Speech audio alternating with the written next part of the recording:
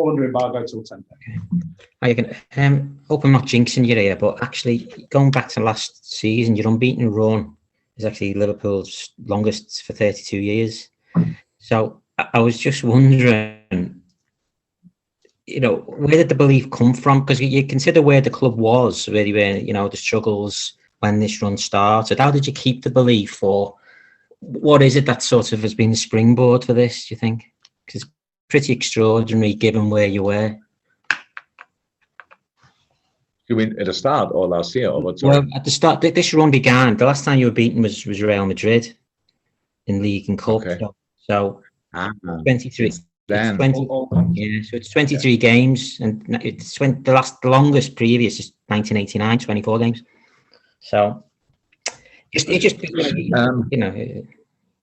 So we had to be, as we said it a lot of times, we had to find solution last year, and maybe we didn't do all of them right. That's how it is when you are under pressure time-wise. You have to make this decision for 2 days after and stuff like this. And I think in the moment when we started playing and trusting 100% Reece and Nate, in that moment all the other things fell in place as well.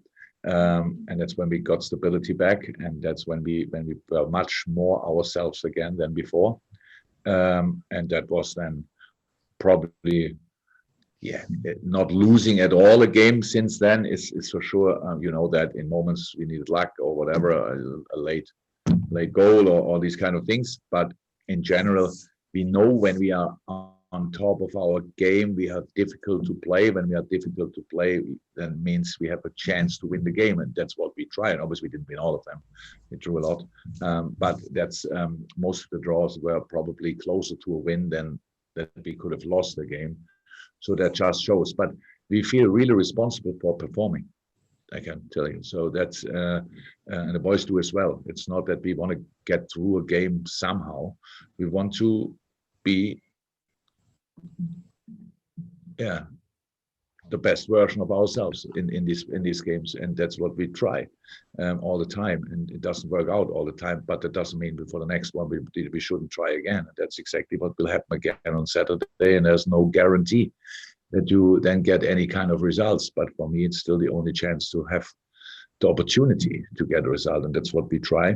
But we tried it, I tell you, before the Real Madrid away game as well. It just didn't work out that well, probably because of some poor decisions of mine. But did you ever have any doubt? I mean, sometimes when a club's on a rise like you were, and they have a little bit of a dip, it's hard to get it back. But because of different reasons last year, did you ever have any doubt that this team would rise again without making massive changes? You did say you didn't need changes. But... No, I didn't doubt it, but I didn't really think about it. So it's always, we can go now back again to the transfer business or whatever. It's always a mix of what you want, what you can get, stuff like this. And then, but it was always clear last year. Honestly, you all forgot it. How massive a difference it is when you lose pretty much your whole defense in the middle of in October. Pretty much it was around about now. I think, and then from that on, we had to juggle around with injuries, Champions League, all cup competition, stuff like this. That's really a big problem.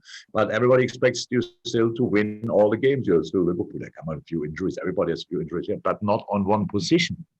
And that was our problem. So when we solved that problem, it was clear that we will be better again. And that's the situation now.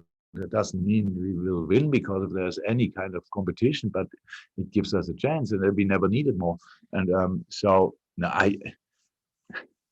it's really, I think in life it's really important that you stay calm when everybody is really excited. So, and that's what we try to do, to make the right decisions in these moments. And we are happy with the squad we have. But we have a lot of problems in the moment. We have midfield players out. It was we had 8 midfield players when the season started. Now around about 4 in the moment. So it's not too cool. But there are always problems. We just have to try to sort them. And you can never, I don't know a solution for these kind of problems, which you can buy in the transfer window. You say, okay, another 4 or 5 players, and you will never have that problem again in any position. That's maybe true.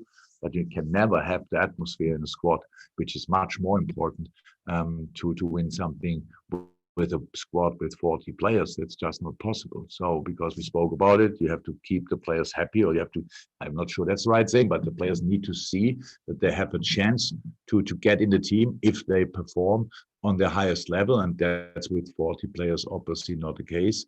And that's probably the only solution for injury crises when you have that amount of players. So we cannot solve that. Means you have to take what you get, to use what you get or got, and then play the best possible football. Thanks, Chris. We'll go to Craig, then we go to Richard, and Paul goes to finish. Can't take any more hands in this section, but Craig, yes, yeah.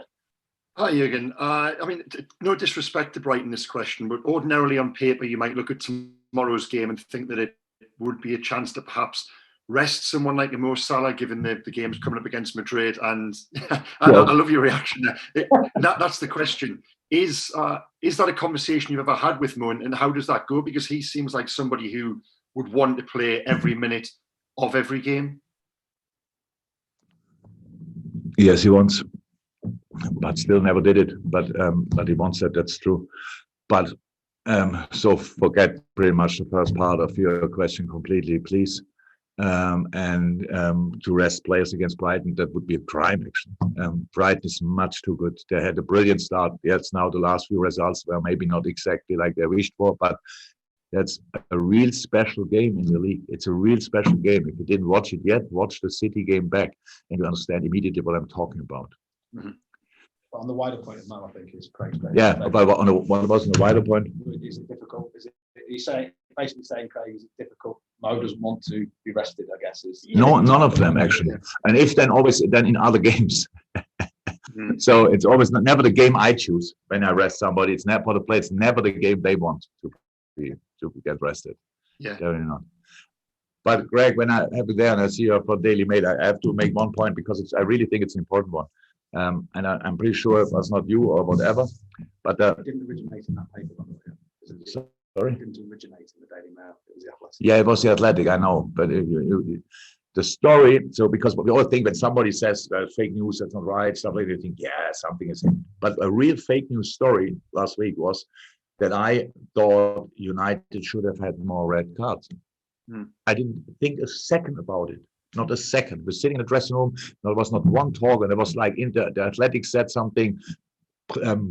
What people close to the stuff or whatever, which is I always find is a really dangerous saying, said that Klopp thought they should have 3-4 more red cards. And honestly, for all of you, and in this case, the Athletic or whatever, you cannot do these kind of things. It's just not right. It's just wrong. It's a lie.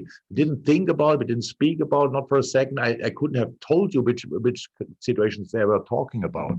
We spoke about, obviously, the Cristiano Ronaldo situation. And from my view, where I was, I thought, yes, it could be a red card. But when I saw it back, I saw he hits the ball. Yes, it's a dark yellow, completely fine. No problem with that. But we never spoke about that. It was one question in the press conference, that's it. It's not the most important thing. Just it's a sign. Why would you make a story like that? And it's just, wow.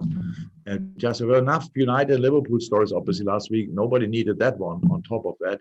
It's just to show a little bit, you have to be serious in these things. All of you, you cannot do these kind of things just to sell a few lines or whatever.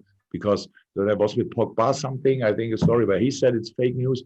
So we have really, so these are real fake news, not what Trump was talking about. These were really real fake news. Okay, that's nothing to do yet. Okay, we'll go to Richard Tanner next, and we'll go to Paul Ghost.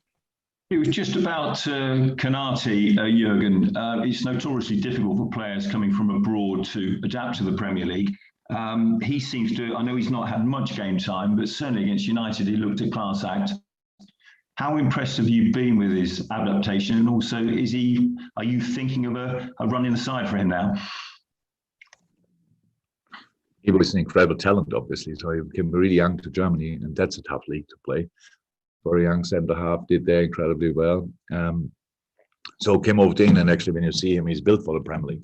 Physique-wise, it's his machine, has the speed we need, likes challenges, has a really good football knowledge, like anticipating situations early, all these kind of things. So it's a package, really good package. But how I said, we have now a bunch of really good centre halves, to be honest. So we just have to make sure we use them in the right moments. Yes, no, I'm not surprised. I'm not surprised. You never know how long things will take, but he's a really good boy, completely in the group here, and that helped obviously, and not only the French. He speaks really well English, which is a little bit surprise for a French guy who was in Germany, but his English is really good, and so that helped him with the group as well. And so yeah, so far, so really good. Thank you. Thank you, Richard. And we'll finish with Paul Gorse. I did say I couldn't take any more hands, so apologies. Paul's the last hand in this section. Yeah, again, just going back to Thiago for a moment. He obviously hasn't played much of late. He said he's going to miss tomorrow. Do you think it's going to be a case now of waiting until after the international break before we see him at his absolute best if he gets a couple of weeks training during the break?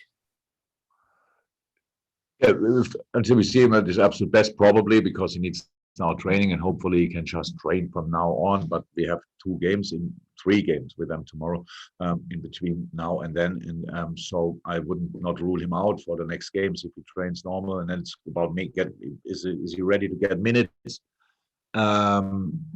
Maybe I get now downstairs or wherever to sports science, and they told me that yesterday.